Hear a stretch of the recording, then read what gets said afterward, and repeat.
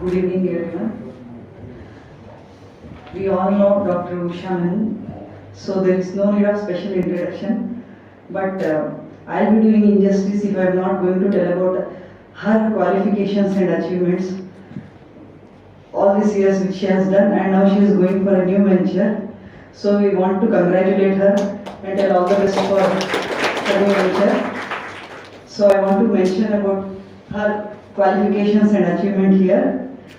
Madam, you have done MBBS, MD, DGO in Calicut Medical College, all three. And she has done a diploma in laparoscopy in France. And she has done a fellowship in cosmetic gynecology and sexual medicine also. She first learned the basic laparoscopy under Dr. Hafiz Rehman in 2002 and diploma in advanced laparoscopy in Clement Ferrand, France at 2010. And she did her basic advanced infertility course at Dr. Gopinath in Edapal. And 2010 she did advanced infertility course at USA. She did her gynec oncology 1 month course at Oncology Institute, Kidwai, Bangalore. And she did her advanced course in IVF, andrology and embryology at Dr. Pankaj Talwar, New Delhi. She also achieved the fellowship in cosmetic gynecology and sexual medicine at Germany, LAMED. And she was faculty in many All India Gynec conferences in Ahmedabad, Agra, etc. And she also participated in many conferences at state level also. She was president of Kasaragod Obstetric and Gynecology from 2012 to 2014. And now she is the vice president of Kasaragod Obstetric and Gynecology. She was organizing secretary for AKCVL 2019, and she was in the state management committee of Indian Menopausal Society also. At present, she is working as a consultant obstetrician and gynecologist in KIMS Hospital, Sunrise Hospital, Kasaragod, and her special interests are advanced laparoscopy, advanced clinical cosmetic gynecology, infertility, and also general gynecology in high-risk pregnancies, and also in sexual medicine also, sexual gynecology. At present, she has started a new venture, and now she is the director of Venus Women's Clinic and IVF Center, which serves the advanced infertility treatment along with cosmetic gynecology also, cosmetic dermatology and cosmetic plastic surgery. So, from all the members of IMA, I want to congratulate for the new venture, and we all wish her all the best. Over to you, ma'am. A warm good evening to all of you. Greetings from Venus Women's Clinic and IVF Center. And thank you so much, Narayan Nagar sir and Dr. Kasim, for giving me this wonderful opportunity to present this topic in front of this august audience. Thank you so much. Now you must be wondering why I have chosen a topic like this. Something out of the way, that is aesthetic gynecology for her unspoken problems. Even though our clinic, which I am going to open on 28th, it boasts of an advanced IVF and infertility clinic, apart from this cosmetic gynecology. You must be knowing that years back I have presented a topic in front of the same audience. That must be in 2012 or 13 or something, about IVF and advanced infertility. So all are familiar with the topic. So I think I will go into some new topic that I am going to start in my new venture, which most of the doctors don't know. I have not got any information, and also about this topic is not much known among the general public also. So this topic was chosen for that reason. Thank you so much. So I will start the presentation. This aesthetic gynecology, its other name is cosmetic gynecology. It's the fastest growing subspecialty for women.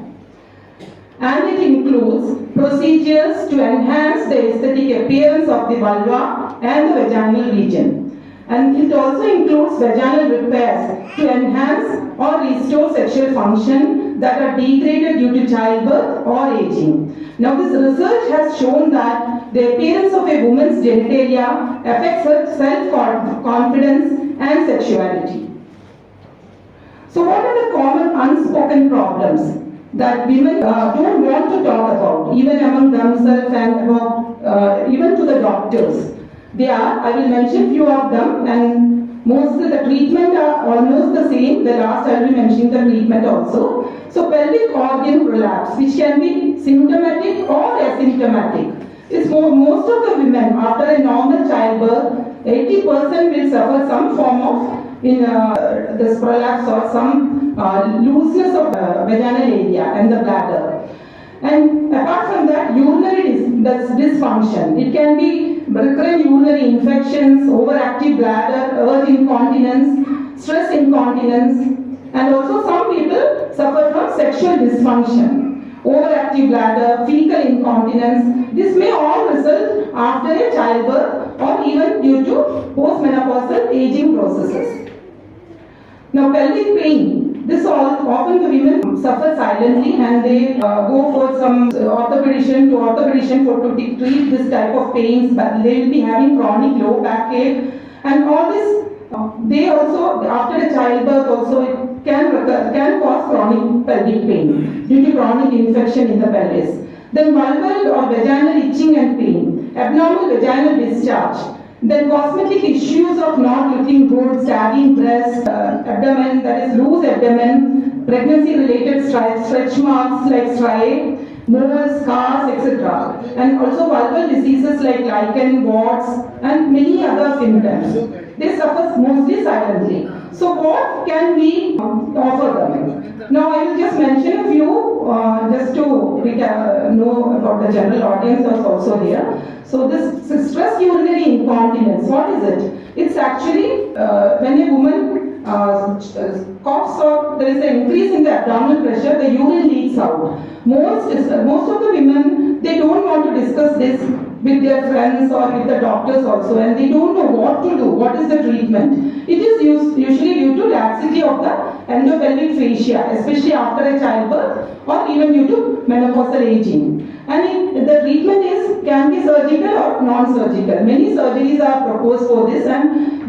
most of the women, they don't want to go for a major surgery. We can offer them non-surgical treatment that I will talk about later.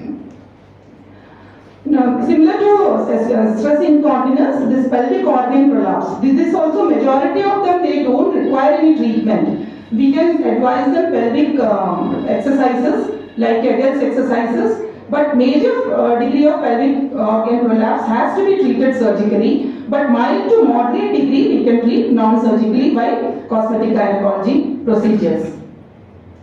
Now coming to postmenopausal symptoms, that is broadly known as genitourinary syndrome of menopause. It includes the vulvovaginal symptoms associated with urinary atrophy. And what are the symptoms of the GSM? They are the symptoms of vaginal atrophy leading to vaginal dryness, vaginal burning, irritation, decreased lubrication during sex, painful intercourse, vaginal bleeding or vulvar fissures, vaginal discharge, pelvic pressure or vaginal bulge, urinary tract symptoms like frequency, pain, bleeding or incontinence. All these are the symptoms of vaginal atrophy.